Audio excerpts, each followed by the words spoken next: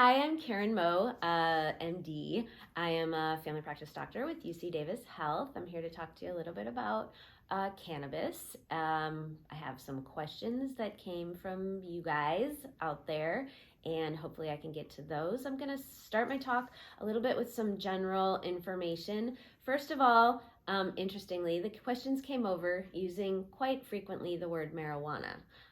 I tend to steer away from that word. It has a derogatory term, and you can look that up to figure out what the derogatory term means, but it is directed at a certain culture that was downplayed for the use of cannabis, and I would really rather not use that word. So you will hear me use the word cannabis, which is the biologic term for the plant. Cannabis that comes in both a sativa and an indica, and I'm sure some of you out there are familiar with those words, and I'm going to talk a little bit about what those words means as well. So words. So cannabis as a plant grows in many different places. Probably historically it came from overseas in Asia. It has been used for medicinal purposes for lots and lots of years. There's documentation even in Egyptian hieroglyphics, the Queen of England. There's a huge history involved in how cannabis has been used as medicine. In fact, before it became illegal in the United States of America, it actually was in the pharmacopoeia. And those of you that would be interested could go down to Corner Drug in Woodland, California, plug my friends, and they have actually little bottles of cannabis in their historical medicinal bottle collection, which is amazing.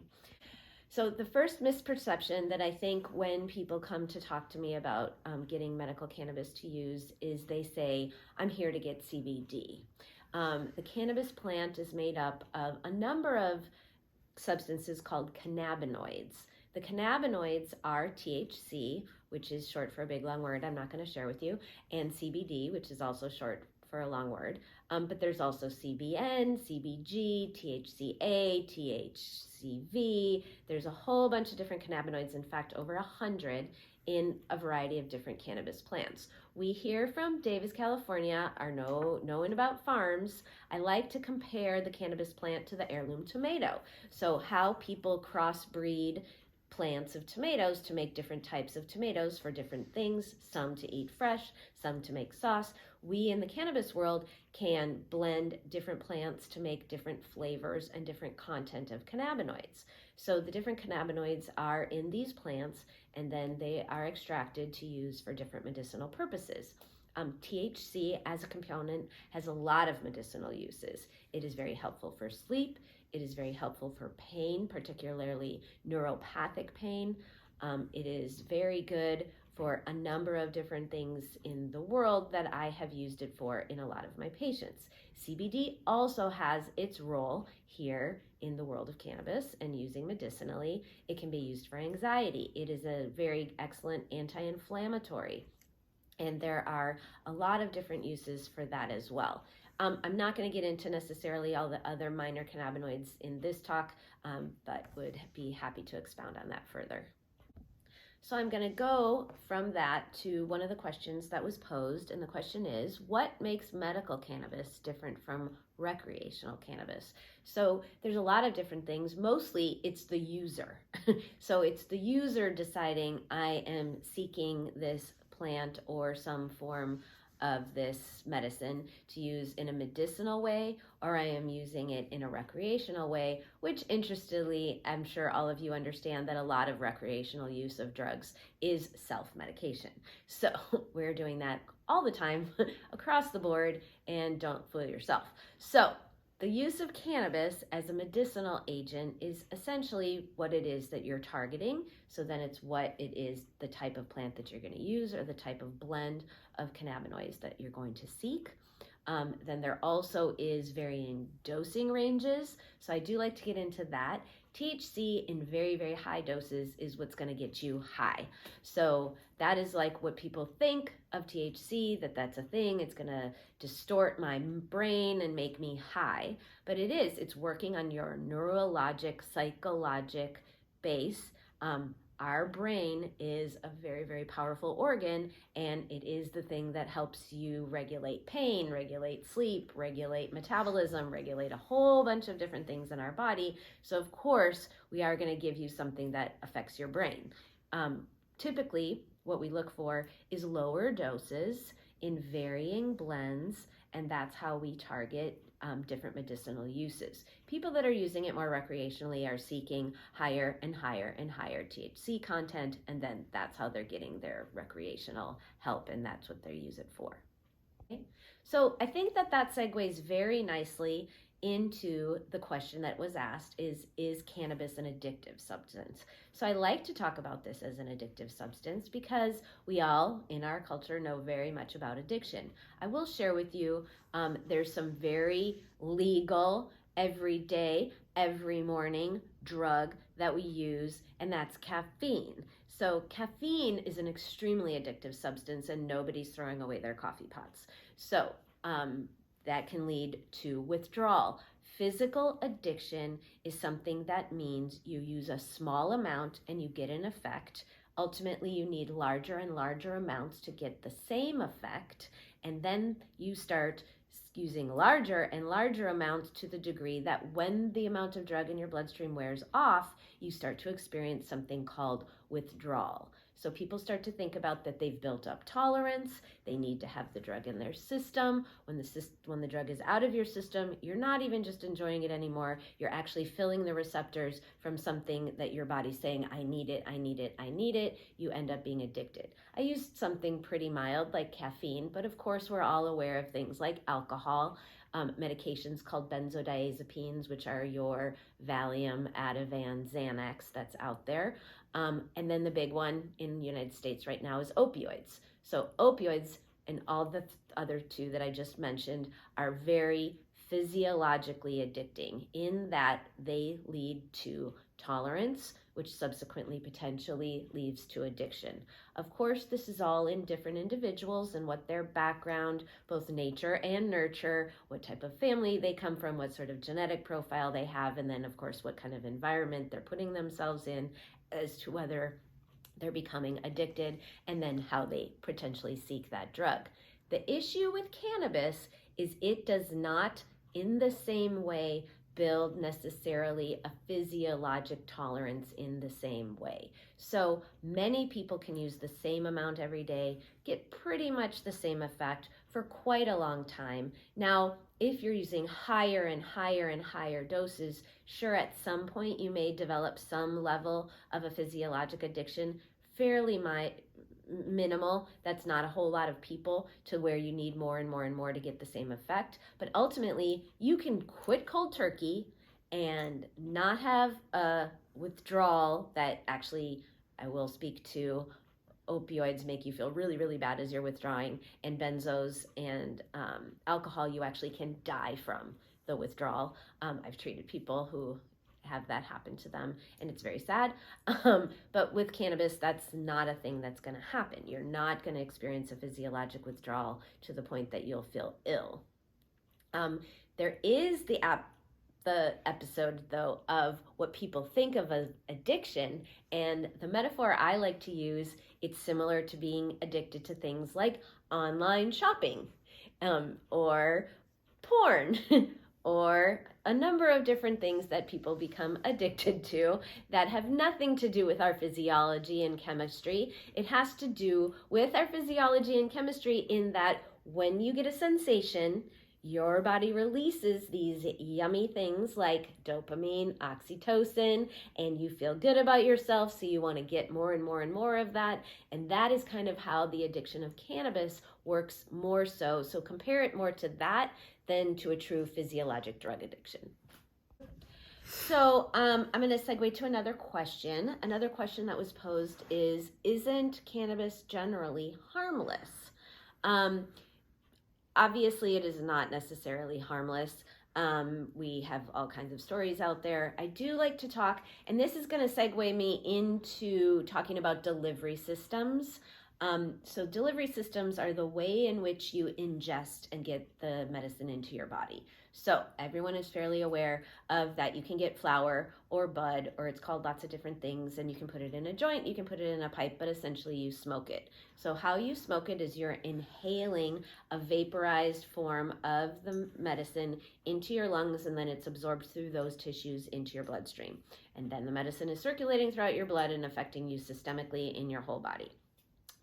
There's also vaporizing, which is slightly safer than smoking in smoke because it's a little cleaner of a variant. And of course, the key is, and I like to bring this up on a regular basis, of you should not vaporize cannabis or nicotine for that matter, unless you are purchasing, well, nicotine, that's not going to get covered, so it's bad news. But unless you purchase it at a California licensed dispensary. I am going to just say that right here is everything that I'm saying pretty much only applies to the state of California. I don't know the laws in all the states. I know them a little bit, but that is what I am speaking. I'm speaking to the state of California, which is where I practice and where I advise people. So I went off a little bit on that. So generally harmless, and delivery systems. The next thing is people will use tinctures, which are liquid forms. Liquid forms in your medicinal box, you can think of like a nitroglycerin. So you put it under your tongue and it absorbs through your mucosa in your mouth. That gets into your bloodstream fairly quickly. So not as quickly as inhaling, but slightly quicker than other forms. So you're absorbing it into the mucosa, it goes into your bloodstream and has a systemic effect. So that's one way that people will use varying forms of cannabis. Then there's edibles. So edibles are a whole different use range of things that people have made into them. For the most part, in baked goods, it is mixed into some sort of butter substance or fat, and then that's baked into a baked good. Again, getting this from a licensed dispensary, you're going to have a little bit better where it's mixed in properly, where if you have a tray of brownies, that brownie isn't going to be super potent and that brownie is going to be a dud. So if people are licensed, they are making things where it's equal throughout, like the whole jar that you get, each one in there has the same amount in it because it's tested and regulated, so you get that. Now, home manufacturers, you're going to get a little bit more of this brownie could knock you out and this brownie is like a regular brownie. So that's the kind of thing. We do hear a lot of stories, at least I've heard these stories, of getting a hold of a bad brownie. And what happens is someone will take a small piece of a brownie and ingest it. And the way our digestive system works, it takes a while, and it's a range from person to person and how your digestive system works. And if you have food in there or other medicines or other things going on in your body that make your digestive system go fast or slow, it can take up to 30 minutes, up to an hour, up to even an hour and a half for you to get the full potency of any form of an edible. So the problem happens is people will take a small amount, they will wait a short period of time. They will say, I don't feel any effect. They will take another small portion of said brownie and again say, I don't have an effect, and take another small portion or even more. And then 2, 3, 4 hours later, we have lost our mind. So here is where is it potentially dangerous? It can be dangerous if you ingest too much and you get too much of a high and too much of a dose with edibles.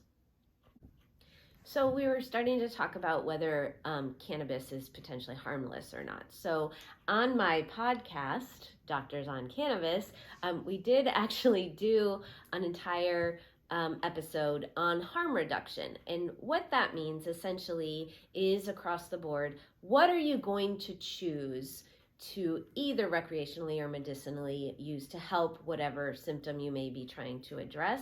And on the scale of harm reduction, there are some things that obviously are more harmful than others. And if people across the board are recreationally going to use something, cannabis is going to be a much safer alternative to, say, alcohol or illegal opioids or illegal benzodiazepines, which we talked about earlier, and what they tie into and where they can have some problems. So please check out that episode. We talk about it in more depth and give more metaphors and comparisons. So another question that was posed is, what conditions can medical cannabis help treat?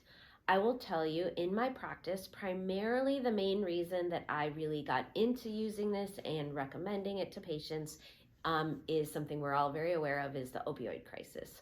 So we have got ourselves in this country to a place where we are using a drug or drugs that are opioids to control chronic pain.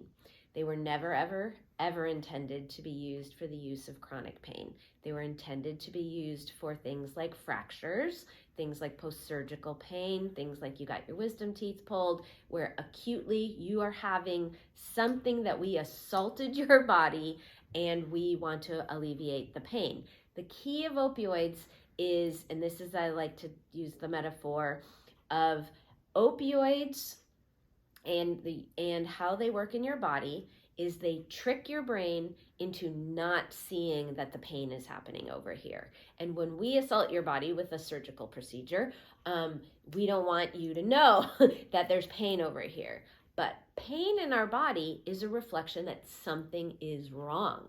We don't want to shut off that connection because you, say, have a knee arthritis and you're going to go hike a mountain. So you take a pain medicine. You are actually causing further damage to said injured knee when you shut off that pain response. And it's important for us to have that pain response in place. So opioids were never ever meant to be used for chronic pain use. And go back to my discussion about addiction, because what we end up doing is we are giving you a drug that you build up tolerance to, you become addicted to, you start using the drug to calm the addictive process and the withdrawal symptoms, as opposed to that you're even trying to treat the pain any longer. And unfortunately, we've gotten many Americans on that bandwagon, and they suffer extensively and sometimes even lose their jobs, lose their lives, things like that. Whereas cannabis doesn't lead to those problems. So I have used it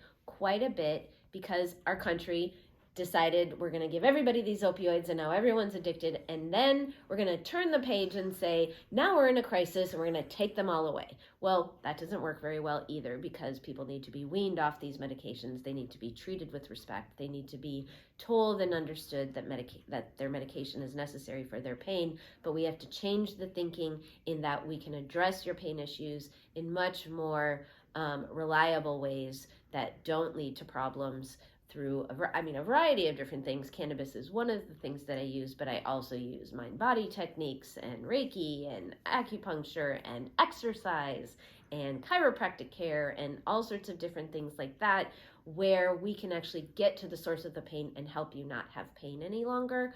And cannabis is in that role, me as a physician, that I use to replace opioids for pain management. So this was me talking about different conditions, but pain would probably be top.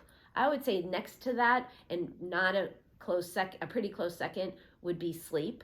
So people have a lot of insomnia.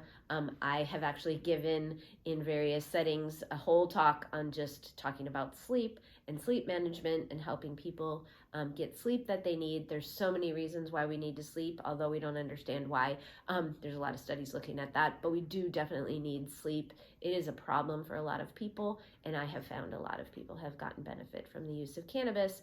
And again, like I said, sleep aids have a tendency to get you addicted and that whole cycle. So cannabis is a lot more useful for that. So I am going to speak to other conditions that we can use the product for. And I also want to make sure that we are getting appropriate product. So a lot of people who come to me and say, I want a CBD product, that I have purchased one, I don't think it really helps, it hasn't worked for me. I always ask, well, where did you get your product from? So I hear people buy things off Amazon, or someone gives it to them, or they purchase it at a grocery store or a gas station, and they tell me it says CBD on the front label. Well, if you look on the back label, it may say a number of other products before CBD is even listed or cannabis is even listed, which means it can be in very, very small amounts. And there essentially is no oversight committee saying anything that's bought over the counter, what actual product is in it, and then they blast CBD on the cover so they can charge you those prices because it's the hot ticket item right now. So you do want to make sure if you're getting any sort of product that you are purchasing it from a licensed dispensary. And again, I'm speaking to the state of California because they are regulated and they do have to tell you how much is in the product, how many milligrams is in the product, and then you are assured that what you are using truly is a cannabis product as opposed to a bunch of other things with a teeny bit of cannabis mixed in to cost you more.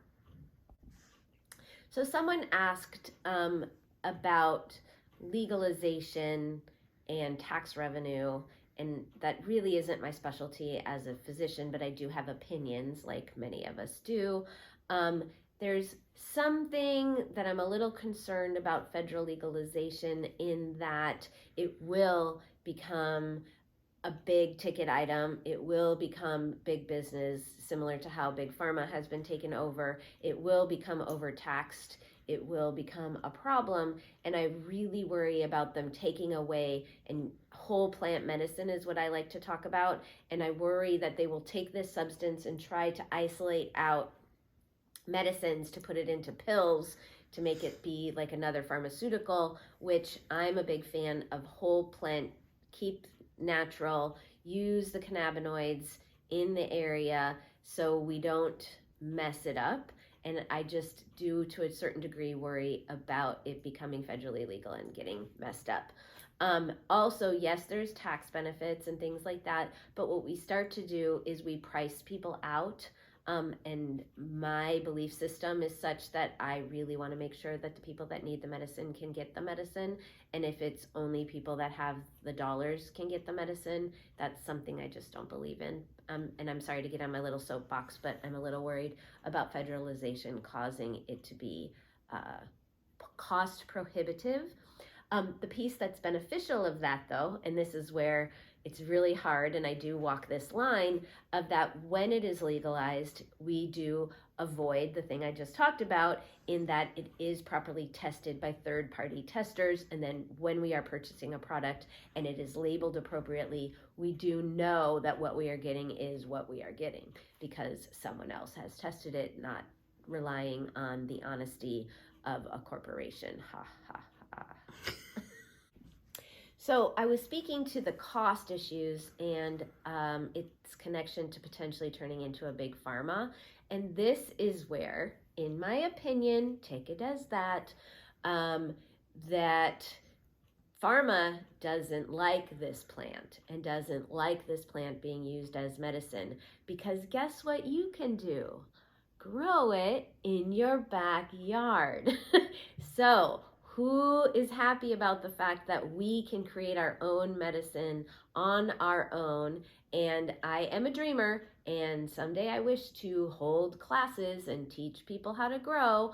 I am not a grower, but I could get the people together. I would love to teach classes to get the people that know how to make products and manufacture. And people are not happy if you're going to be doing that in your backyard. So there was another question talking about something called the entourage effect. And I want to speak to that only because it is something that when you go to excellent dispensaries, as we have in Davis, California, I like to promote Davis Cannabis Collective. They have been in business before Prop 64 passed, so they are very knowledgeable and have very good educators there to teach you about things in Davis here. But the entourage effect is kind of where we are talking not just about the cannabinoids, which is the medicinal component, but there is another medicinal component called terpenoids. So the terpenoids are kind of what give it its flavor, its smell, but they also, the metaphor I like to use for them is kind of like essential oils. So when we're talking about a product that's going to be more uplifting and help you be creative, there's going to be certain terpenoids that are going to be in that product versus something that's going to help you go to sleep and be relaxed and calm your anxiety. That's going to be a different terpenoid profile. So that might not necessarily come from the cannabinoids, but from the terpenoid profile. So those are things that when you go and talk to a cannabis educator or they call themselves bud tenders sometimes, you can get more information about those profiles. Okay, so I hope I've given you some information. I hope you can take that home, learn more about it, look things up. Go ask your own doctor. Please ask them. Say, this is something I'm interested in. This is the only way we're going to break the stigma for medical doctors to understand that this is a medicine, that people are using it. People do want to know about it. And you are now my soldiers to go out and raise consciousness about cannabis. Thank you.